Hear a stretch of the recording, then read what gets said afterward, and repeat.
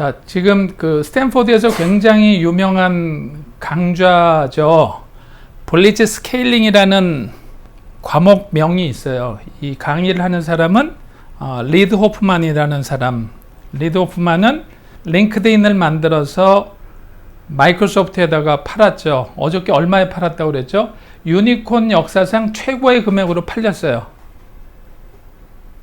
32조 원 정도에 팔았습니다. 리드 호프만이 링크드인을 만들어서 링크드인을 마이크로소프트에다가 32조 원에 팔고 뭘 하고 있냐면 벤처 캐피탈 회사를 만들어서 투자자로 변신을 했고요. 이 스타트업을 하다가 엑싯을 한 사람들이 크게 두 개 축으로 움직인다고 그랬죠. 하나는 시리얼 앙트로프로너라서 또다시 창업을 하든가, 또 한 그룹은 투자자로 변신해서 후배를 키우든가. 리드 호프만도 이제 나이가 있고 그러니까 투자 회사를 만들어서 하는데 그 다음에 재능 기부를 위해서 자기가 나온 스탠포드 대학에 그 팀 티칭을 하는데 굉장한 멤버들을 데리고 들어가서 스탠포드 학생들한테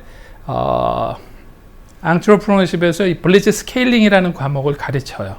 블리츠 스케일링이라는 거는 블리츠라는 거가 기습 공격, 상당히 빠르게 그 군사용어인데요. 스케일링을 스케일업 시키는 거를 전광석화 같이 어마어마하게 빠른 속도로 저렇게 그 라이트닝 패스트 엄청나게 빠른 속도로 시장 점유율을 끌어올리는 전략을 블리츠 스케일링이라고 그러는데, 이게 스탠포드 강의를 하는 거의 제목인데요. 동영상을 보시면은 리드 호프만이 스탠포드에서 강의하는 게 떠 있어요. 블리츠 스케일링 강의하는데 초청 연사들 이렇게 모셔가지고, 그래서 이게 스탠포드에서 굉장히 인기를 끌다 보니까 이거의 강의 교재를 책으로 낸 거예요. 재작년에. 그래서 우리나라에 작년에 번역돼서 나왔죠. 근데 핵심은 뭐냐면 스타트업 중에서 초대박을 터뜨리는 데는 다 이런 전략을 썼다라는 거예요. 블리츠 스케일링 전략을 썼다. 뭐만 신경 쓰라는 거예요? 시장 점유율만 신경 쓰라는 거예요. 그러면 뭘 포기해야 돼요? 네, 수익을 포기하고. 그래서 어저께 말씀드렸죠. 기업에 돈이 들어오는 데가 세 가지가 있는데, 우리가 일반적으로 생각하는 거는 무슨 돈을 생각한다고 그랬죠? 영업 현금 흐름이라는 거, 캐시플로우에서 오퍼레이팅 캐시플로우만 생각을 했었는데 패러다임이 완전히 바뀌었다고 그랬죠. 영업 현금 흐름 포기하고 뭘 갖고 해요? 투자 현금 흐름을 갖고 하는데, 투자자들은 이런 그림을 그리는 회사에다가만 투자를 한다라는 거예요. 자, 5대 4대 1의 법칙이 뭐라고 그랬죠? 10개를 투자하면, 보통 한 개 펀드가 10개를 투자한다고 그랬죠. 10개를 투자하면 5개는 파산하고 4개는 좀비 기업이 되고 딸랑 하나 정도가 성공적으로 엑싯을 하는데, 그러면은 얘를 뭐라고 부른다고요? 성공한 한 개를 하루면 다 휘발이 돼서 어저께는 막 얘기하더니 뭐는 뭐고 뭐는 뭐라고 그랬어요?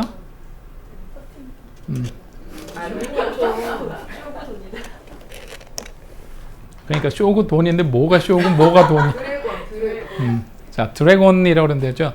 유니콘은 쇼고 드래곤이 돈이다 이런다 그랬죠. 5대 4대 1의 법칙에서 성공한 한 개를 드래곤이라고 부른다고 그랬죠. 드래곤이 되려면 최소한, 그러면 9개가 망했다고 치면 얘는 최소한 몇 배를 벌어줬어야 돼요?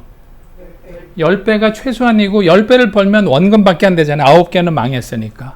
그러니까 20배, 30배는 벌어줘야 되는데 1번부터 10개 회사가 있다 그러면 어떤 회사가 성공할지를 모르는 거죠.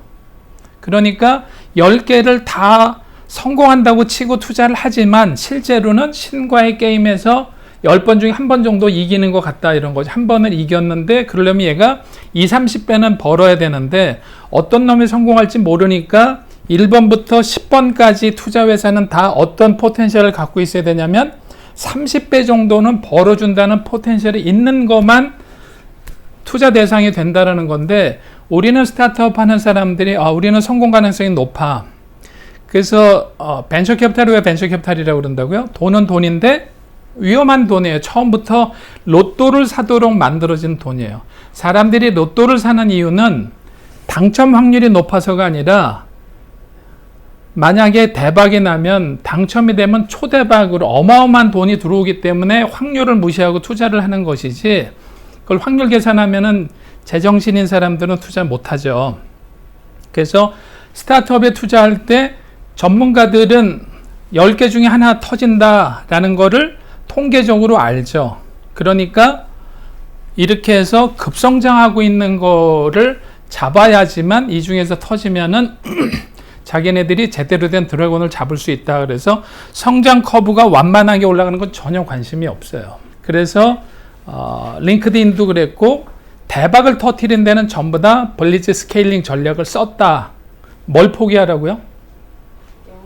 수익을 포기할 수 있는 용기가 있어야 된다는 거예요. 그래서 블리츠 스케일링은 전략이다. 그래서 이걸 아마존 효과라고도 그러지만, 이걸 자꾸 모르는 사람들이 야, 저 수익도 안 나는 게 무슨 회사야 이렇게 얘기하는데, 그 수익이라는 거는 과거 패러다임으로 영업 현금 흐름을 갖고 얘기했는데 지금은 그런 얘기 전혀 안 하니까, 어저께 말씀드린 대로 미국 기업은 85%가 흑자, 적자 언제 상장을 한다고요? 적자 상태에서 85%가 상장을 하고, 상장하고 다 떼돈을 벌어서 나가기 때문에 투자자들 해피하고요. 그 다음에 쿠팡도 요번에 상장하면서 6조라는 현금이 들어오니까 그걸 가지고 수익이 나는 회사를 M&A 한다든지 배민을 잡기 위해서 엄청난 돈을 질러서 나중에 돈으로 이 영업 현금 흐름은 얼마든지 만들어낼 수가 있다. 그래서 지금은 전략적으로 투자자들이 돈을 대줄 때 이러고 있는데, 여기에 힘을 실어준 게 뭐예요? 최근 들어서 뭐가 많아졌다고 그랬죠? 전문용어로 엄청나게 많은 투자하는 걸 뭐라고 그런다고 그랬죠? 자, 1억 불 이상 투자되는 걸 뭐라고 그랬어요? 한 건당?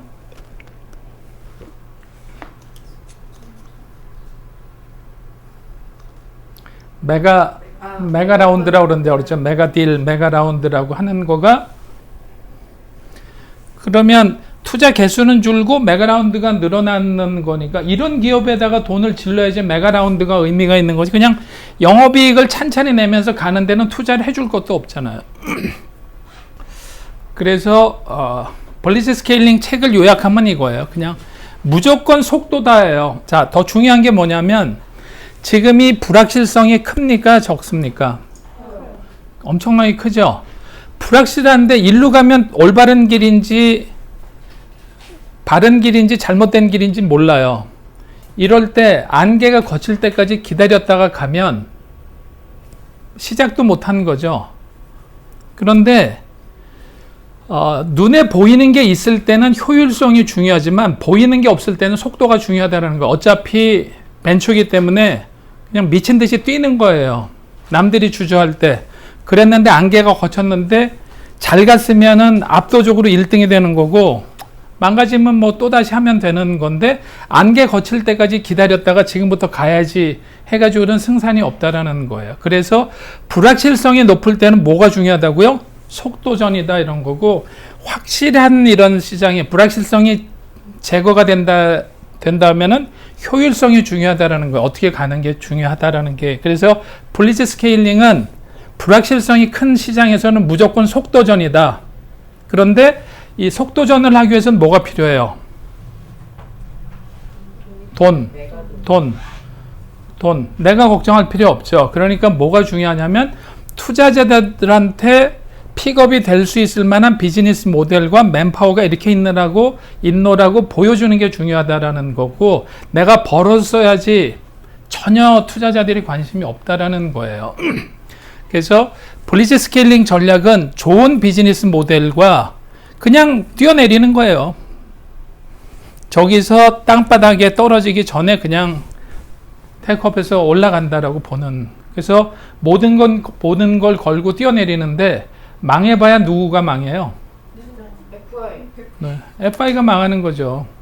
그리고 나는 비즈니스 모델을 갖고 해봤는데 안 됐다. 근데 이 투자금을 못 모았다라는 얘기는 무슨 말이 될 수 있냐면, 좋은 비즈니스 모델임에도 불구하고 전략을 잘못 쓰는 경우도 있을 수가 있다는 거예요. 찬찬히 가려고 그러면 그래 너 알아서 해. 그 로또 복권인데 로또가 당첨 확률이 95%인데 1,000원 내고 사면은 1,010원 준대요. 그럼 누가 하겠어요? 그런 거는 연기금 같은 데서 하는 거고, 벤처 캐피탈들은 기본적으로 로또를 사도록 디자인된 돈이기 때문에 이런 것만 선택을 한다라는 겁니다. 대다수의 스타트업 기업들이 너무 기술 중시를 하고 제품 이렇게 얘기하는데 비즈니스 자체에 대한 이해도가 부족하고요. 비즈니스 모델 이런 거, 엑싯 이런 것들에 대한 관심이 잘 없어요. 그래서 유니콘 기업의 75%가 MBA 출신이에요. 한 명씩 데리고 있어요. 그래서 왜 그럴까? 이게 글로벌 전략 이런 그 비즈니스 컨셉에 대한 이해도가 높다 이런 게 있고요. 비즈니스에도 이런 MBA 출신 중에서 너드라고 부르는 애들. 자, 이거 어저께 설명 한참 해드렸죠. 스타트업은 뭐하고 뭐가 없을 수밖에 없다고요?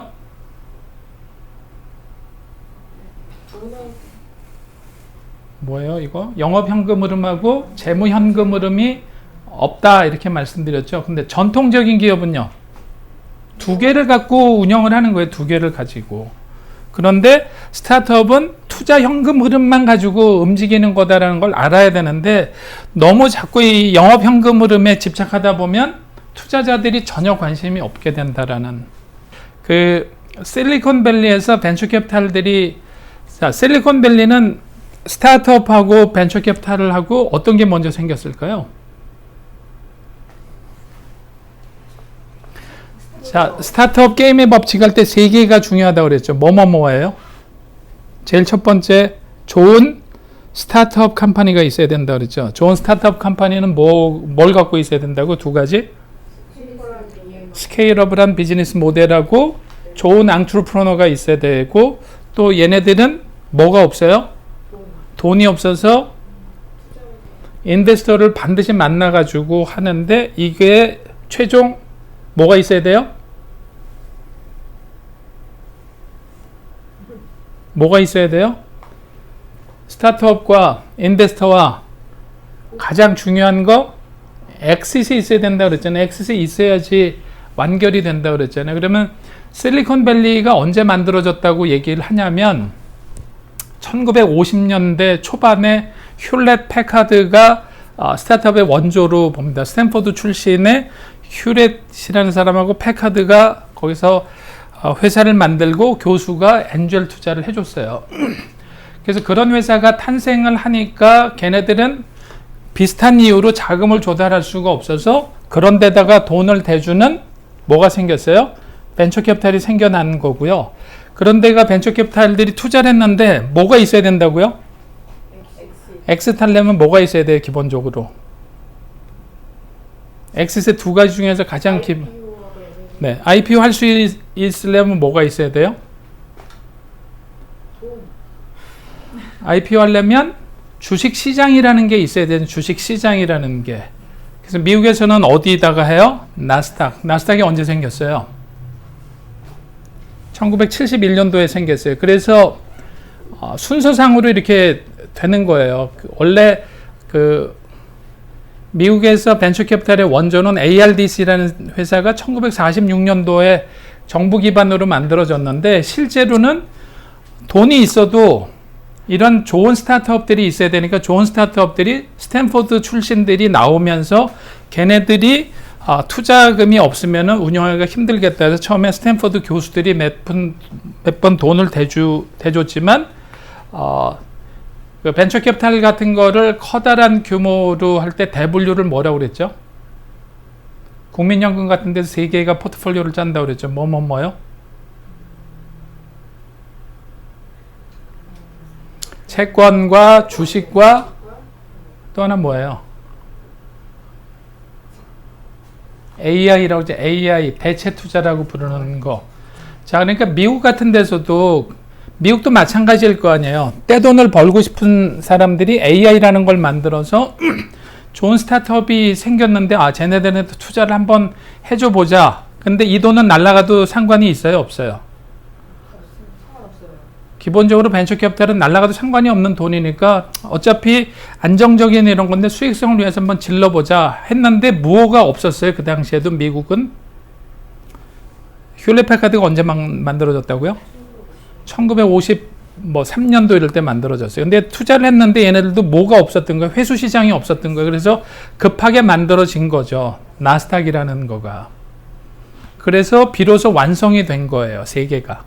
자, 그런데 벤처 기업이란 말이 탄생한 거는 어떻게 탄생을 했냐면 실리콘밸리가 완성이 된 거는 나스닥 때문에 완성이 됐어요.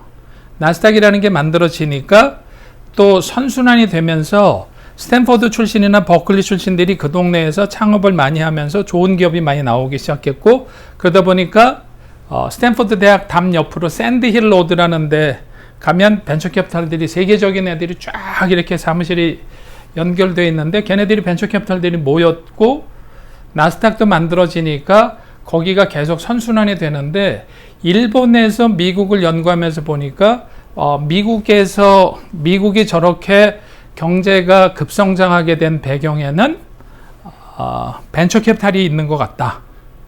그래서 일본 애들이 벤처 캐피탈을 모험 자본이라는 거로 한자말로 썼어요. 모험 자본이라고. 그 벤처 캐피탈을 그대로 한자로 옮겨 놓은 거죠. 근데 미국에서는 벤처 기업이란 말이라는 거는 존재하지 않았고 그냥 스타트업이었었어요. 근데 일본 애들이 스타트업을 어떻게 번역을 했냐면 벤처 캐피탈이 투자한 회사라는 거로 모험 기업이라는 말을 썼어요. 근데 그걸 우리나라가 그대로 갖고 오면서 우리나라는 일본 애들보다는 영어 단어를 좀 더 쓰니까, 그러니까 벤처 캐피탈은 벤처 캐피탈로 갖다 쓰고 모험 기업 너무 좀 없어 보인다 그래서 벤처 기업 이렇게 갖다 쓴 건데 족보가 없는 이런 말이에요. 그래서 제가 벤처기업 협회도 이름을 바꾸고 제발 좀 벤처 기업이라는 말 쓰지 마라. 이게 너무나 잘못된 용어다. 어저께 뭐가 잘못된 단어라고 그랬어요? 기업가 정신이란 말 쓰지 말자고 그랬죠. 기업가 정신이란 말 자체가 우리나라에 없는 한자어를 갖다 쓴다고 그랬잖아요.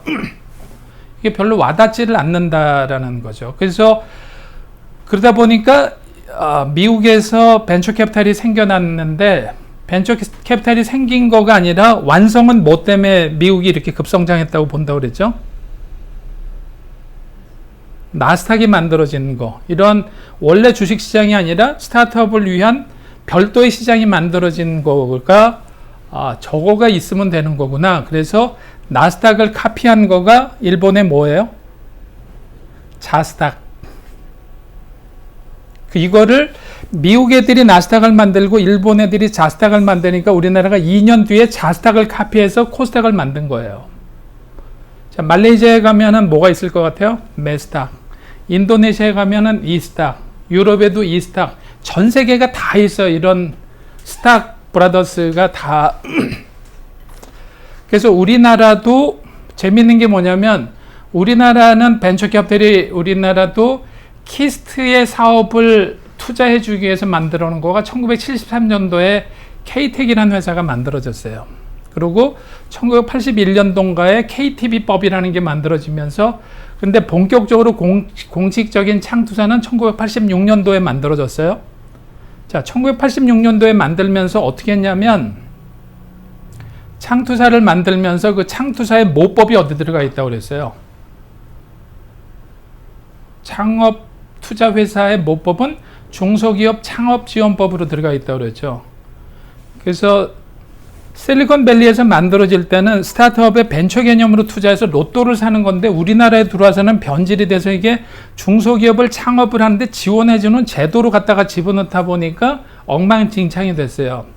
86년도에 만들어지면서 창투사는 업력이 3년 이내의 기업밖에는 투자를 못하도록 되어 있었어요. 그러면 1986년도에 창투사들이 만들어져서 3년 이내에만 투자를 하는데 그 당시에 우리나라에서 엑싯을 어떻게 해야 돼요?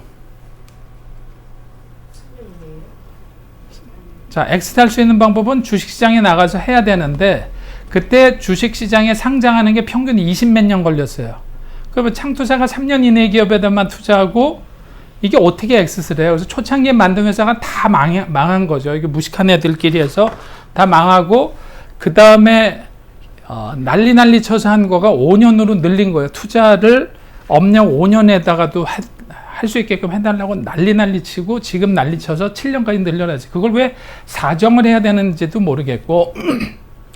자, 그러다가 보니까 1986년도에 만들고, 그래, 업력 5년, 7년 좋다. 코스닥은 언제 만들어졌어요?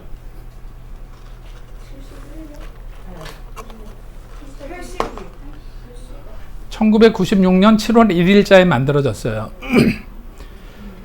1996년도에 만들어지다 보니까 그 1세대 벤처캐피탈이라는 거는 창투사는 다 죽었고 다 말도 안 되는 이런 진짜 무식한 개념으로 엑싯이 없는 상태에서 스타트업 게임의 법칙을 시작을 하라고 그러는 거예요.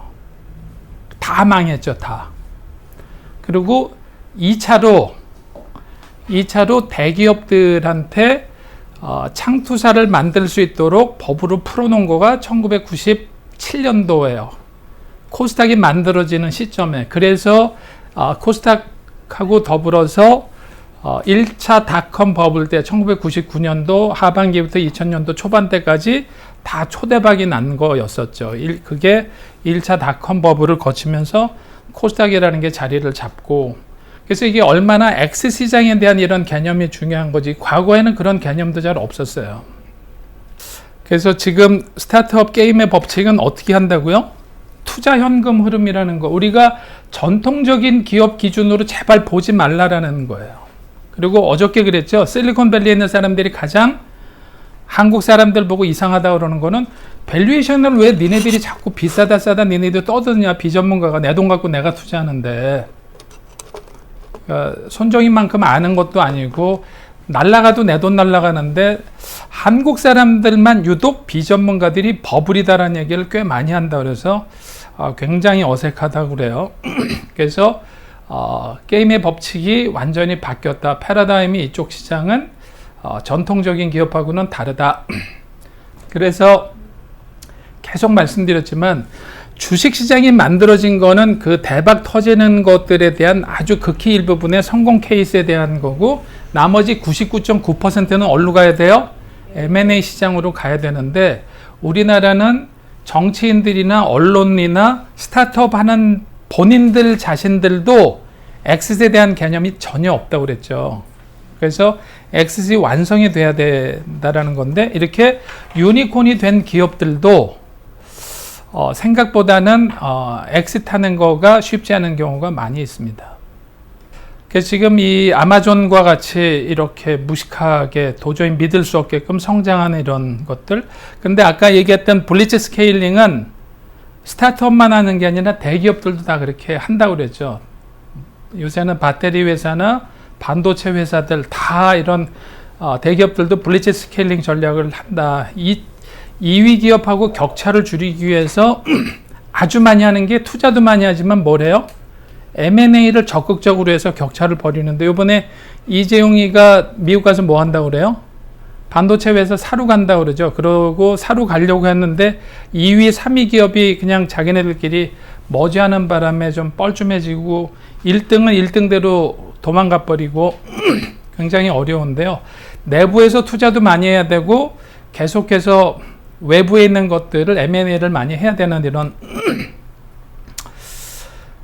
이게 작년 9월 달에 밸류가 가장 높은 유니콘들이다 이렇게 얘기했는데, DD 추싱 두 번째 있는 DD 추싱 IPO 했고요. 그 다음에 팔렌티어도 IPO를 했고요. 에어비앤비도 IPO를 했고, 이 콰이쇼라는 그 밑에 중국 회사도 IPO를 했고, 에픽게임스도 IPO를 했죠. 도어대시도 IPO를 했고. 자, 이렇게 유니콘 중에서 잘 나가는 데들은 바로 엑싯이 안 되면, 엑스콘이 안 되면 그냥 죽어버리는 경우가 많이 있다고 그랬죠. 바이트댄스는 작년에 IPO를 하려고 그랬는데 중국 정부가 반대해서 지금 금년에 IPO를 할 거다라고 예상을 하고 있는데, 중국하고 힘겨루기를 하고 있어서 어떻게 될지는 모르겠는데, 쟤네들은 지금 얼마까지 올라갔어요? 밸류에이션이 487조 원의 거래가 됐다고 그랬죠, 최근에. 스페이스X도 최근에 우주선 실험에 성공하면서 기업 가치가 2배 이상 뛰었고요. 가장 많이 올라가 있는 데는 스트라이프입니다. 스트라이프가 페이팔의 단점을 커버해가지고 쟤네들이 지금 1,000억 불 정도 되죠, 스트라이프가.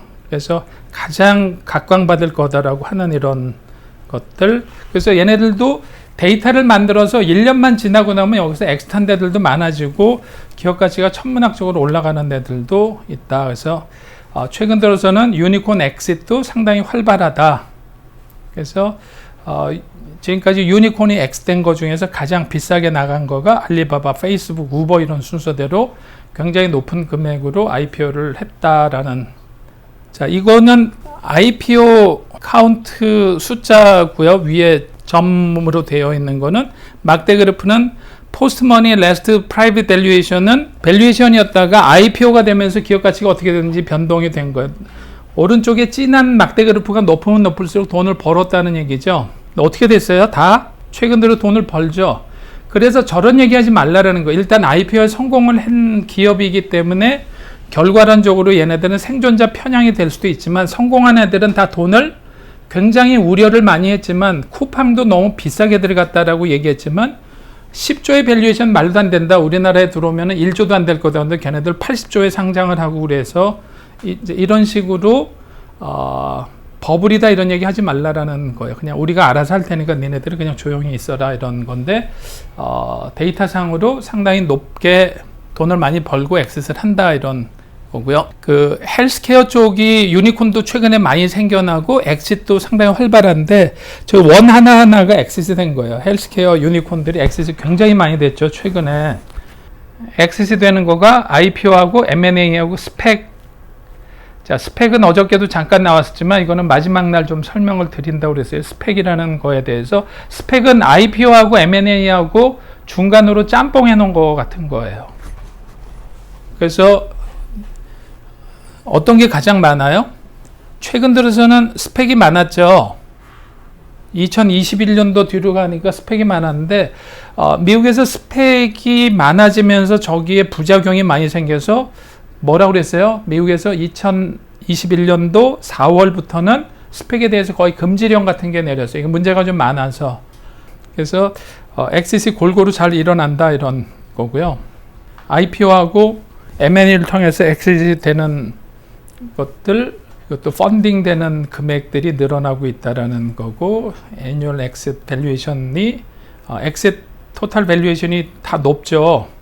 그래서 M&A든 IPO든 하는 엑스트하면서 돈을 번다. 자, 이거는 돈을 벌 수 있으니까 엑스트하는 것도 많죠. 여기는 뭐가 빠져 있어요? 유니콥스도 빠져 있을 수도 있고 좀비콘 같은 거가 여기에 들어가는 게 아니니까 하여튼 엑싯이 되면서는 엑싯이 된 것들은 대부분 돈을 많이 벌었다 이런 거고요. 그래서 뭐 유니콘들이 이렇게 생겨나는 거, 그 의미 있게 IPO를 통해서 나간 애들이 뭐 이런 데들이 있다라는 거.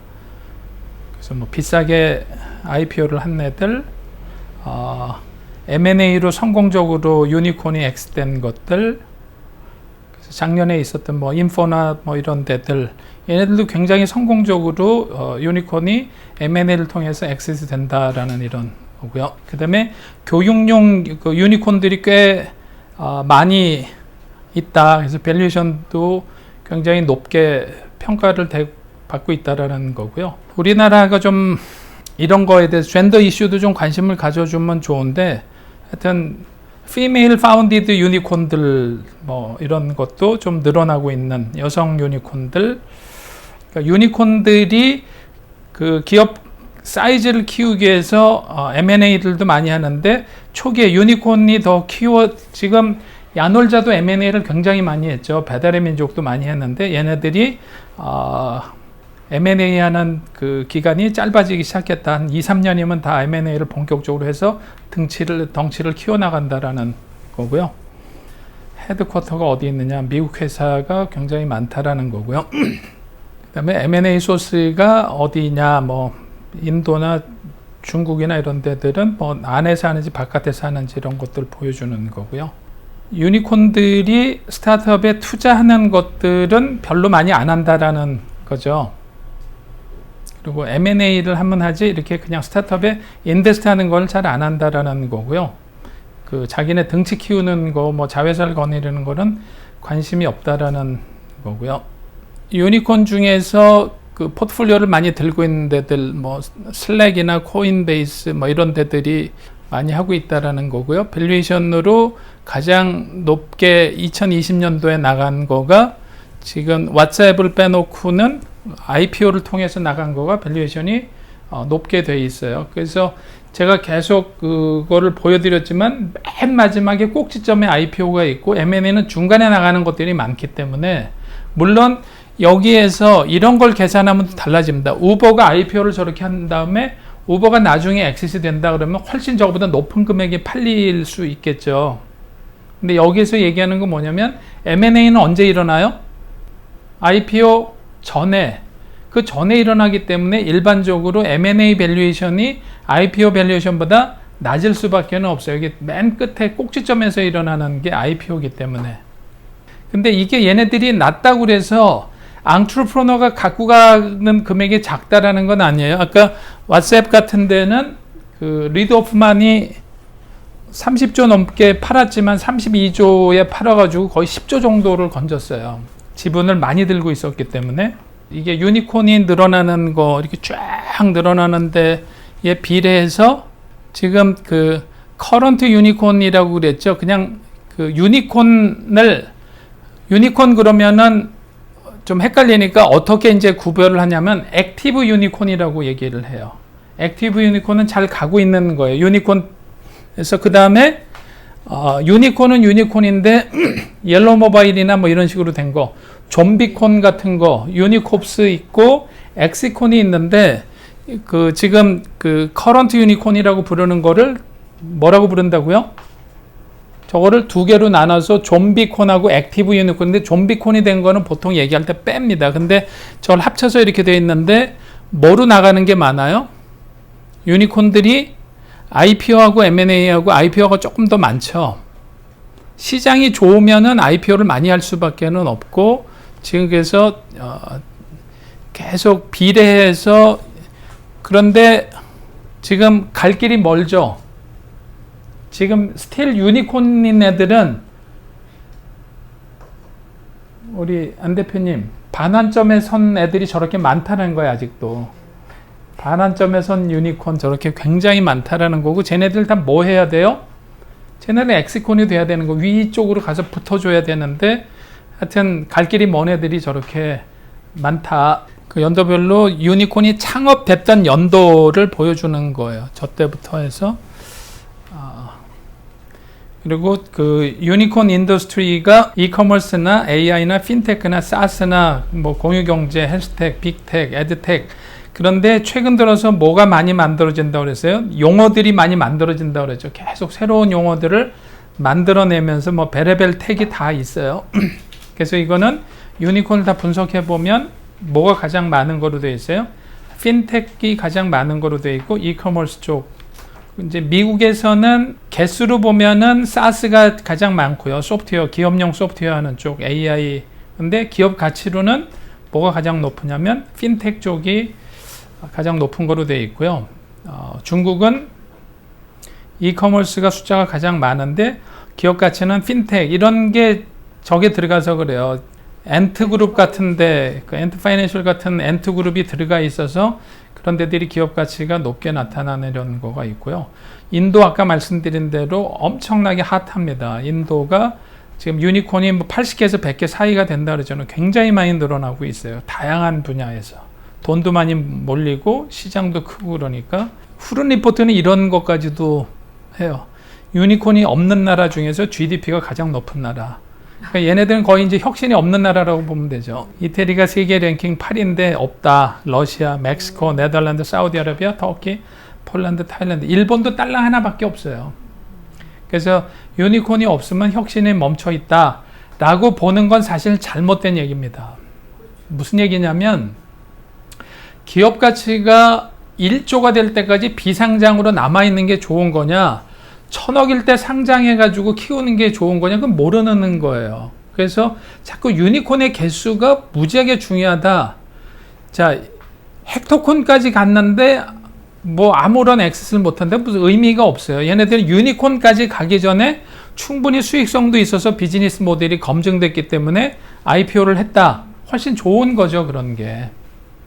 그래서 유니콘 자체가 정책 목표가 되는 건 너무너무 위험하다라는 거죠. 그래서 중기부 장관한테도 대놓고 얘기했었는데 유니콘을 왜 키워야 되냐고 물어보는데 답변을 잘 못해요. 유니콘이 기술의 혁신을 갖고 오느냐 천만의 말씀이다. 고용 창출을 하느냐 그건 조금 있을 수 있는데 지금까지 만들어진 거는 공유경제 쪽에서 만들어져서 그 양질의 일자리가 많이 만들어진다고 볼 수도 없다. 세금을 많이 내느냐? 세금 안 낸다. 거의 다 적자기 때문에. 근데 유니콘을 왜 키워야 되는지를 국민들 세금 갖고 해야 되는 거를 좀 명확하게 해야 된다. 근데 답변을 잘 못해요. 그냥 풍어를 읊는 것 같은데 조금 답답한 거는 저런 것도 있어요. 정부의 이쪽 관련 담당자들이 기업 가치가 아니라 이거를 매출액이 1조로 착각하는 사람들도 의외로 많습니다.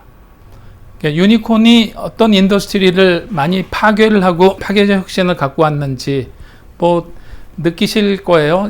파이낸셜 쪽에 엄청난 변화가 있었으니까 이런 순서대로 하고 있다. 그러니까 후른 리포트가 이런 걸 잘 내놔요. 어그리게이트 데이터를 묶어가지고 이런 통계 자료하고 이걸 분석하는 거가 해설도 굉장히 잘 돼 있어요. 그래서 빨리 9월 중순경에 이거 후른 리포트 21이 나오면 꼭 보세요. 그냥 풀 리포트가 다 공짜로 쉽게 출력이 되니까 굉장히 자세하게 잘 나와 있다라는.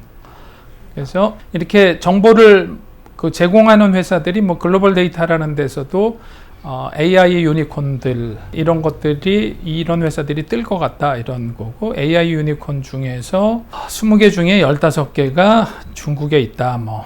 그 다음에 푸드텍 유니콘 뭐 테크 이름을 많이 붙인다 그러죠. 보세요. 푸드텍 유니콘 그러면 푸드텍으로 했는데 여기 딜리버리 히어로 저런 그 배달의 민족 같은 것도 푸드텍으로 보는 그래서 테크로 분류를 하기도 하고 저거를 AI로 들어가기도 한다라는 거죠. 카테고리를 고젝도 배달하는 데니까. 원래라면 차량 공유 서비스에서 하나 더 붙인 거 아니에요? 쟤네들은 우버 이츠가 들어가 있어서 그런데 우버 이츠가 뭘 했다고 그랬죠? 비즈니스 모델 피벗을 해서 넘어가서 고젝은 그것 때문에 넣어놓은 거예요. 그래서 이 카테고리 인더스트리 카테고리를 정하는 거는 그냥 중구난방이다 이렇게 생각하시면 될 것 같아요. 그래서 푸드텍이 뜨면서 제가 사례로 많이 얘기했던 회사인데 이 햄버거 패티 만드는 회사 임파서블 푸드라는 그 햄버거를 만드는 회사에 미래에셋이 얼마 전에 3천억을 투자했다고 하는데 제가 이 회사 창업한 지 2년 만에 얘네들 대박 날 것 같다 계속 얘기했는데 이제 엄청 비싸게 들어갔더라고요. 11조 원의 미래에셋이 들어갔는데 그러니까 우리나라는 투자해도 이런 거에 완전히 꼭지를 잡고 내년에 상장할 것 같은 거를 들어가 봐야 이 패트릭 브라운이라는 사람은 스탠포드 대학 교수인데요. 교수였는데 교수를 때려치우고 햄버거 패티 만드는 회사를 만들었죠. 그래서 임파서블 푸드 같은 경우는 교수님께서 2019년도부터 계속 괜찮다고 말씀하셨던 것 같아요. 광고 되게 많이 하시고 그때 당시에 저희 같은 일반 투자자는 투자할 수가 없는 거 아닐까요? 투자할 수 없죠. 네. 자, 근데 투자하는 방법이 미래에셋도 이거를 세컨더리 마켓에서 산 것 같아요. 세컨더리 마켓은 뭐죠? 네. 그러니까 원래 주식 갖고 있는 애들이 파는 거를 세컨더리 마켓이라고 그래요. 왜 그러냐면 얘네들 엄청나게 잘 나가고 있는 거를 알잖아요. 내년에 상장할 건데 누가 이 주식을 싸게 팔겠어요. 그냥 자기가 구주를 파는 경우는 몰라도. 자, 이게 스태피가 만들어 놓은 건데 참 미칠 것 같아요. 이게 굉장히 많이 쓰이고 있어요. 스태피가 만들어 놓은 거 보세요. 스타트업이 스케일을 하는데 이렇게 해서 유니콘 데카콘으로 이렇게 가야 된다.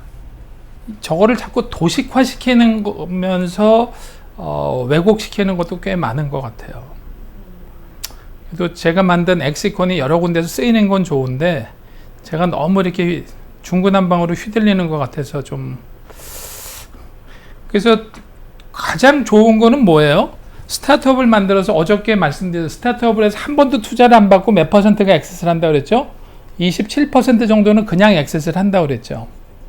자, 그래서 어저께도 말씀드린 대로 100억 원 기업 가치에서 내가 50%를 들고 있는 거하고 뭐 1조가 됐는데 그 중에서 요번에 그 김슬아 대표 같이 컬리 같은 데는 5%밖에 안 남았잖아요. 지분이 1조가 됐는데 1조 기업 가치에서 5%다 그러면은 뭐 얼마죠? 500억 정도밖에 안 되는데 그 전에 밸류에이션에 자기 지분이 높았을 때 근데 지금도 엑시스 된 게 아니라 또 하기에 또 다일루션 되고 그 가는 길도 험난한 데다가 그래서 얼리 액세스를 하는 거가 그 레이트 액세스를 하는 거에 비해서 나쁘지 않다라는 건데 너무 이런 쪽으로 유니콘으로 가서 그 기업 가치를 키우는 게 좋은 게 아니라 초기에 액세스를 할 수가 있으면 자기가 100% 다 들고 있을 때 100억을 다 먹으면 100억이잖아요. 근데 이걸 한 5년, 10년 정도 걸려서 1조로 돼서 1% 남아서 하면은 고생 죽어라 하고 그 1%를 겨우 챙기는 정도밖에 안 되는데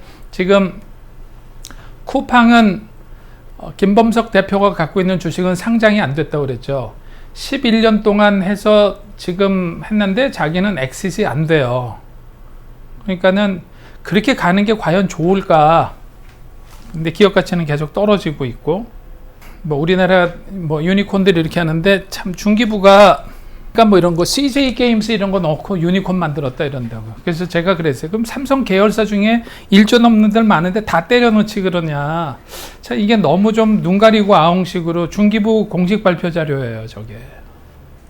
여기 보시면 제가 하도 문제를 삼으니까 지금 보세요. CB 인사이트 칼럼을 하나 만들어 놓고 현재 유니콘 이렇게 해서 제가 20개를 만들어야 된다 계속 얘기해서 이것도 유니콘이고 저것도 유니콘이 그랬더니 얘네들이 그 전에는 그래서 CB 인사이트에 안 실렸는데 그래서 제발 무식한 얘기 좀 하지 말고 그랬더니 저걸 갖다 넣으면서 요새는 다른 걸 보는데 별로 이렇게 공무원들이 뭐 열성적으로 열심히 하려고 하지도 않고 한번 가르쳐 놓으면은 1년 내지 2년이면 또 바뀌고 또 새로운 애가 또 딴소리하고 계속 반복적이라서 그러니까 여기 이런 것들이 웃기는 거죠. GP 클럽이나 LMP 코스메틱 같은 데가 뭐 유니콘이 됐다. 기업 가치로는 그렇지만 이제 거의 물 건너간 거죠. 지금 실적이 안 좋아지면서 좀비콘으로 점점 가고 있고 옐로우 모바일은 완전히 좀비가 된 거고 자 그래서 그 말씀드린 대로 이쪽 그 돈이 몰리는데 몰리다 보니까 야놀자의 주식을 투자자는요 뭘 사고 싶어해요? 신주를 사고 싶어해요? 구주를 사고 싶어해요? 투자자는 뭘 사려고 그래요? 자 이게 완성된 기업이면 현금 흐름이 좋으면 구주를 사도 돼요. 구주는 좀 싸게 살 수 있으니까. 그런데 야놀자가 아직 갈 길이 멀고 IPO 하려면 돈을 많이 집어넣어야 돼요. 그러면은 소프트뱅크가 2조를 투자한다면 2조를 다 어디다 넣고 싶어 할까요?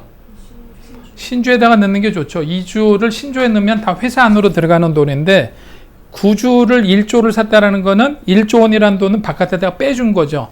야놀자가 아직 갈 길이 먼데 1조 원을 바깥으로 뺐다는 건 상당히 위험한 이런 거예요. 한편으로 보면 이런 경우도 있다라는 거죠. 2조를 투자하고 싶은데 2조를 안 받아요, 회사가. 됐다. 1조만 있으면 충분하다. 그건 기존 9주라도 사겠다. 이거는 엄청난 모험이에요. 그러니까요. 저도 지금 이제 정확하게 이해가 돼서 소프트뱅크 입장에서는 어디다 넣는 게 좋아요? 회사에다가 넣어주고 2조 원을 가지고 M&A도 하고 막 질리라는 게 낫지 1조 원을 바깥으로 빼준다. 엄청난 돈이잖아요. 근데 이수진이도 좀 배가 아플지도 몰라요. 난 내 거 다 사지 그냥 1조 원 털고 나가는 거가. 그럼 이수진 대표의 구주가 아니라 다른 사람이 그럼요. 그래요? 왜요? 본인도 좀 살짝 팔지. 앙트르프너를 헝그리 정신을 없애버리면 회사가 그냥 망해요. 절대로 안 빼줘요. 이수진 대표가 파는 게 아니라 다른 기존 주주들 걸 파는 거예요. 자, 비바 리퍼블리카도 8조 2천억 기업 가치로 4,600억을 얼마 전에 투자를 했어요. 여기도 알토스 벤처 캐피탈, 굿워터 뭐 이런 데들. 그러니까 이승건 대표도 20%가 안 돼요. 그러면 저기에 쟤네들이 해외 상장을 한다. 한 20% 정도 다일루션 되면 10몇 % 남는 거예요. 그럼 주식을 못 팔아요. 자, 그리고 기본적으로 FI가 들어오면 어떻게 되어 있냐면 FI가 다 팔고 나가기 전까지 앙트르프너는 못 팔도록 되어 있어요. 계약 조건이 대부분 그렇게 걸려 있어서 그래서 앙트로프로너 입장에서는 뭘 하고 싶을까요? M&A를 하는 게 좋은 거예요. 자기도 털고 나가는데 좋다만 하는 거예요. 생각해 보세요. 이수진 대표라고 생각해 보시면 여기 지금 기업 가치가 10조가 됐는데 이 친구가 지금 한 40% 정도 들고 있어요. 그럼 4조 평가 금액인데 저 1조 나한테 다 주지 하는 생각을 할까요? 안 할까요? 이거는 그냥 너무 할 것 같아요. 예. 그 다음에 2, 3년 후에 2, 30조 정도로 엑시스를 해야 되는데 그때까지 갈 길도 멀고 어떻게 될지도 모르고 그때 가서 야놀자가 미국에 상장을 한다 하더라도 이수진 대표는 못 팔아요, 주식을. 당분간. FI들이 다 털고 나갈 때까지는. 그래서 쿠팡도 지금 못 온 거죠? 그렇죠. 하잖아요. 기뻐서. 그거는 일부만 조금 팔게 해준 거고 그래서 복수 의결권으로 25. 너 경영을 하고 있어라 우리 나갈 동안에 그렇게 한 거예요. 그래서 복수 의결권 자체가 뭔지 잘 이해를 못하고 우리나라에서 복수 의결권을 뭐 해야 된다 그러는데 그 쿠팡 사례를 자꾸 드는데 그래서 인터뷰하는 거 보면 김범석 대표가 복수 의결권 있는 거에서 별로 기분을 안 좋게 대응을 해요. 어떻게 보면 좀 쪽팔리는 거거든요. 자기 지분이. 클래스 A 상장 그게 조건이 복수 의결권이에요. 클래스 A 상장도 좀 궁금하긴 해요. 클래스 A 상장이라는 거가 뭐냐면 그냥 그랬잖아요.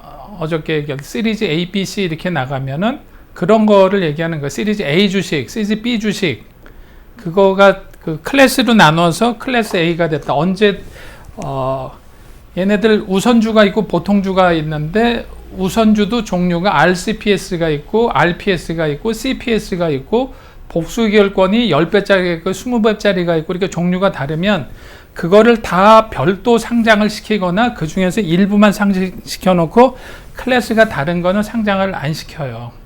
그래서 이쪽 쿠팡은 클래스 A가 있고 클래스 B가 있는데 클래스 B는 김범석 대표만 들고 있는데 클래스 A는 FI들이 들고 있고 그것만 상장이 된 거예요. 그리고 벅셔 해스웨이 같은 데 보면 클래스 B하고 클래스 C가 상장이 되어 있는데 벅셔 해스웨이는 클래스 B하고 C하고가 조금 조건이 달라서 가격 차이가 있는 거고 삼성전자도 삼성전자가 있고 삼성전자 우선주가 있고 그건 10% 정도 가격 차이가 있고 구글도 보면은 구글이 있고 구그가 있고 그래. 그거는 클래스 A하고 클래스 C인데 그게 이렇게 주식의 종류가 여러 개가 있을 수가 있어서 그게 각자 다 따로 상장이 되거나 일부만 상장을 시키거나 이렇게 합니다. 누미라는 데가 굉장한 회사가 됐어요. 커리어 한번 보세요.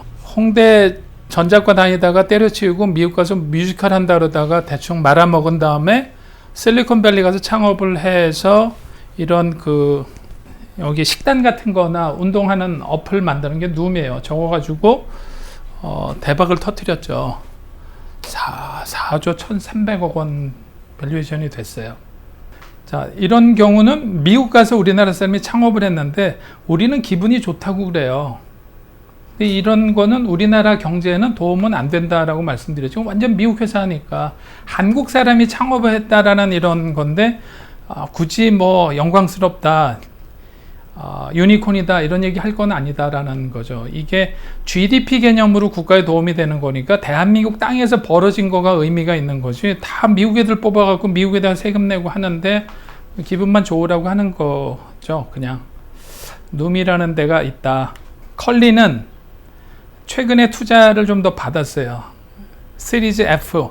자, 그랬죠. A, B, C의 개념이 시리즈 F 그러면 도대체 이제 정의도 없는 거예요. 그래서 교과서에서 얘기하는 대로 처음에 얘기한 대로 시리즈 A는 무슨 개념이고 B는 뭐고 C는 뭐가 아니라 요새는 그냥 라운드가 바뀌는 거를 시리즈하고 과거에는 어떻게 했냐면 시리즈하고 라운드하고를 좀 차별해서 구별했었는데 지금 그냥 똑같은 거예요. F면은 몇이에요? A, B, C, D, E, F. 6번째 투자를 받았다라는 거죠. 근데 여기 보시면 국내 증시로 유턴한 마켓컬리 녹화가 되고 있어서 상당히 조심스럽긴 하지만 제가 마켓컬리가 미국에 상장하면 제 손에 장을 지지라고 그랬어요. 왜 그러냐면 이거는 어저께도 잠깐 말씀드렸지만 국내 기업인데다가 국내 국적도 한국이고 비즈니스도 한국에서 하는데 쿠팡과 같이 회사가 본사가 미국도 아니고 그 창업자가 미국 사람도 아니고 돈을 미국에서 받은 것도 아니고 다 한국에서 받은 거고, 쿠팡은 우리나라에서 나름대로 한 섹터에서 압도적인 1위를 하고 있는데 이렇게 뭐 어정쩡한 이런 거가 미국에서 상장을 한다? 완전 코미디라고 그랬는데, 예상대로 미국 간다 이랬더니 우리나라 증권거래소에서 야, 쿠팡도 뺏겼는데 퀄리도 뺏기면 욕먹을 것 같다. 그래서 우리나라 증권거래소가 니네들 특별히 봐줄게, 일로 와라, 이렇게 한 거예요. 이거는 제가 이 기사 날 때 그랬죠. 이거를 노리고 얘기를 한 것 같아요. 그냥 간다. 그래서 6%를 가지고 어떻게 할까? 그래서 지금 김슬아 대표한테 복수 의결권을 줘야 된다, 뭐 이런 얘기가 나오는데, 자, 저렇게 지분이 6%가 된 거는 누구 책임이에요? 뭐 자기가 투자를 많이 받으면서 다일루션이 된 건데 저걸 왜 국가가 책임을 져줘야 되냐고요. 그러니까 그럼 저기 성아빠가 자기 지분이 원래 100이었다가 점점 줄어드는 거잖아요. 그 대신 그 돈은 다 회사로 들어와서 회사의 발전을 위해서 쓰이는 거고 그 창업자를 위해서 쓰인 건 아니잖아요. 그럼 투자 받을수록 본인의 지분은 줄어들면서 본인이 가져갈 수 있는 건 없는 그런 상황. 그래서 그랬잖아요. 이게 김세나 대표가 60% 있을 때도 있었을 거 아니에요. 네, 시작부터 지분이 작았어요. 그러니까 이게 팀 티칭을 팀 빌딩을 잘못해서. 그러니까 그래서 이렇게 잘못한 거를 왜 국가가 책임을 져줘야 되냐 이런 거예요. 그래서 우리 장 변호사님 같은 분들이 좀 잘 해주세요. 컨설팅 가이드를. 그래서 이런 경우가 상당히 후회를 하고 있을 거라고 봐요. 그런데 6%를 갖고 나머지는 다 FI들이니까 나가야 될 거 아니에요. 이런 회사는 사실 상장하기가 굉장히 어려워요. 지배주주가 없어서. 근데 얘네들은 냉정하게 얘기하면 상장 요건이 안 되는데 거래소에서 특별히 상장을 시켜주겠다고 끌고 왔기 때문에 또 다른 특례가 될지 모르겠는데 한번 지켜보시죠. 뭐 어떻게 될지. 그런데 이런 게 우리나라에 상장이 되면 가치가 높아지기도 힘들고, 이게 지분이 저렇게밖에 없으면 94%가 플로팅 돼 있는 주식이잖아요. 팔려고 나올 주식이잖아요. 이런 거를 전문용어로 뭐라고 그런다고 그랬죠? 상장과 동시에 주식이 엄청나게 많이 나올 것 같은 회사. 그러면 주식 가치도 상장과 동시에 떨어질 수 있어요. 상장이 안 되기도 쉽죠. 그리고 아니 94%가 FI면 서로 팔려고 할 거 아니에요. 빨리빨리 자기네들 회수를 하려고 할 건데 그걸 오버행이라고 그런다 그러죠. 오버행이라는 거로 팔려고 하는 주식이 굉장히 많이 몰려 있는 경우는 주가가 형성되기도 어렵고 상장이 돼도 아주 많이 떨어지겠죠. 서로 다 팔아야 되니까. 여기 써놨네요. 외국계 자본이 대부분이다. FI다. 오버행 리스크가 크다. 그래서 이게 회사로 놓고 보면 이렇게 해서 블리츠 스케일링으로 잘 갔지만 앙트로프너 입장에서는 별로 이렇게 좋은 전략을 잘 쓴 것 같진 않아요. 그래서 뒤 끝이 어떻게 될지 굉장히 궁금한데 제 생각에는 이거는 IPO로 가서는 안 되는 그림이라고 봐요. 배달의 민족과 같이 그냥 M&A가 돼야 되는데 이게 지금 기업 가치가 2조 5천억인데 이걸 한 5조 정도에 누가 사갈까? 배민같이 좀 그래요. 어떻게 될지 한번 지켜보시죠. 뭐. 자, 당근마켓도 3조의 기업 가치로 1,800억을 최근에 유치를 했어요. 당근마켓 같은 데도 계속 적자인데 이런 게 전형적인 블리츠 스케일링이 되는 거예요. 투자를 받아서 지금 보여드린 데들이 다 똑같아요. 그래프를 그려놓으면 다 이렇게 올라갔어요. 루이드라는 데도 요번에 우리나라 돈으로 1조로 해서 소프트뱅크에서 2천억 투자를 받았죠. 여기가 세계를 대표하는 100대 AI 기업 중에서 유일하게 한국 기업으로 들어가 있는 이런 회사도 있고 아주 젊은 친구가 여기가 소프트뱅크 비전 펀드에서 1,800억 투자해서 여기는 그 번역하는 넷플릭스에 이런 번역 같은 거 서비스 해주는 회사인데 여기도 굉장히 평가를 높게 받아서 얘네들도 1조 기업 가치로 투자를 받은 회사고요. 그 다음에 직방도 유니콘이 됐다고 그러는데 자 이거 지금 이런 애들이 다 블리츠 스케일링 전략을 썼다고 그러는데 여기는 투자를 다 글로벌 투자자들이 했어요. 그런데 이제 이렇게도 유니콘이 만들어진다는 거예요. 직방 230억을 투자를 했어요. 230억. 국내에서 여러 군데가. 제가 그 중기부에다가 이렇게 얘기를 한 적이 있었어요. 나한테 1억만 주면 유니콘 10개 만들어 줄게, 내일. 니네들은 개수가 중요하냐? 그랬더니, 자기네는 정책 목표가 개수래. 내가 10개 만들어 줄게, 1억. 그러면은 1,000만 원씩 10군데를 투자하고 0.000000001% 지분 갖고 오면은 유니콘이 되는 거잖아요. 맞죠? 그래서 230억을 투자했다. 그러면 몇 퍼센트 갖고 갔다는 거예요? 2%? 여기 보면 다 비슷하죠. 지분율이. 안성호 대표도 지분이 10몇 퍼센트 이렇게 있고 쭉 내려가면서 다 FI들이잖아요. 그러니까 이런 게 굉장히 어정쩡한 거예요. 배달의 민족도 김봉진 대표가 몇 퍼센트였었어요? 김봉진 대표와 그 멤버들 12% 남았다고 그랬잖아요. 다 이렇게 비슷하게 돼 있는 거, 이런 건 사실은 IPO를 하기가 굉장히 어려운 구조예요. 근데 이제 이런 걸 M&A 해야 되는데, M&A 하면 욕을 먹잖아요. 직방 우리나라 거 가지고 또 뭐 게르만 민족이 됐느니 이렇게 얘기를 하는데, 그래서 개념들을 좀 알아야 된다라는 거죠. 이거를 우리나라에서 IPO를 시켜줄 것도 아니고, IPO를 해도 지배구조가 너무 불안정하기 때문에 만만치가 않은 거고, 상장을 만약에 시켜준다 하더라도, 특례 상장을 시켜도 이 많은 애들이 전부 다 FI들이 다 주식을 털려고 그러면 주가는 폭락하고 아무런 의미가 없고, 이거를 만들었던 앙트르프로너는 땡전 한 푼 건지지도 못한 상태에서 욕은 욕대로 엄청나게 먹어야 되는 거죠. 주가가 폭락했으니까 책임져라, 뭐 새도 날아다니고 뭐 이상한 욕 같은 것들도 많이 할 수밖에 없고. 그러니까 오늘의 집도 한 번만 투자를 더 받으면 유니콘이 된대요. 그 8천억 정도 기업 가치가 됐는데, 여기도 비슷해요. 다 이 스케일업 되는 거가 굉장히 빠른 속도로, 여기도 계속 적자폭을 키워나가면서 스케일을 키워나가고 있는 거죠.